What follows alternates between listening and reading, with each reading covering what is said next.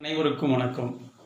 முன்னாள் பாரத பிரதமர் மரியாதைக்குரிய ராஜீவ்காந்தி அவர்களுடைய படுகொலைக்கு காரணமான அல்லது குற்றம் சாட்டப்பட்ட அந்த 7 தமிழர்களை விடுதலை செய்ய வேண்டும் என்று நான் உழவர் உழைப்பாளர் கட்சியின் சார்பாக கோரிக்கை வைக்கிறேன்.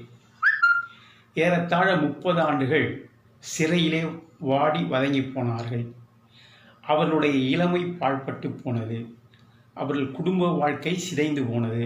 இனி அவர்கள் வாழ்ந்து என்ன பிரயோஜனம் என்ற நிலையில்தான் அவர்களுடைய வாழ்க்கை சென்று கொண்டிருக்கிறது. அவர்களை விடுதலை செய்வதில் மத்திய அரசு ஏன் பாராபட்சம் காட்டுகிறது?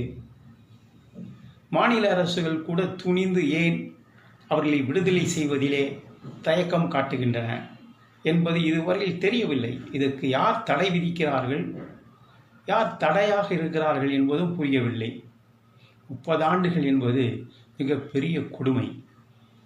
அவர்கள் சிறையிலே வாடி வதங்கி நசுங்கி போனார்கள். இனி காலங்களில் அவர்கள் அமைதியாக வாழ்வதற்கு கூட நாம் வழிவிடவில்லை என்று சொன்னால் அது மனிதாபிமானத்திற்கு அழகல்ல.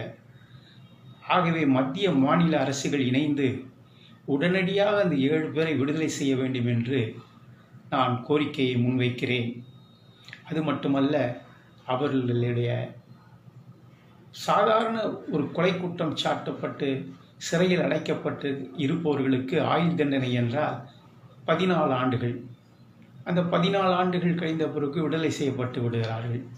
அதிலும் குறிப்பாக சிறப்பாக சொல்லப்பட வேண்டுமென்றால் 10 ஆண்டுகள் சிறை தண்டனை அனுபவித்தவர்கள் தலைவர்களின் பெயரால் ஆளுகிற அந்த அரசு விடுதலை செய்கிறது. அந்த வகையில் கூட இவர்களை விடுதலை செய்ய எந்த அரசும் முன்வரவில்லை. ஆனால் 30 ஆண்டுகள் இரட்டை ஆயுள் தண்டனை அனுபவித்து விட்டார்கள். அவர்களை விடுதலை செய்வதில் தான் நியாயம் இருக்கிறதே தவிர மீண்டும் அவர்களை சிறை கொட்டடியிலே வைத்து சித்திரவதை செய்வது நியாயமற்ற செயலாகும்.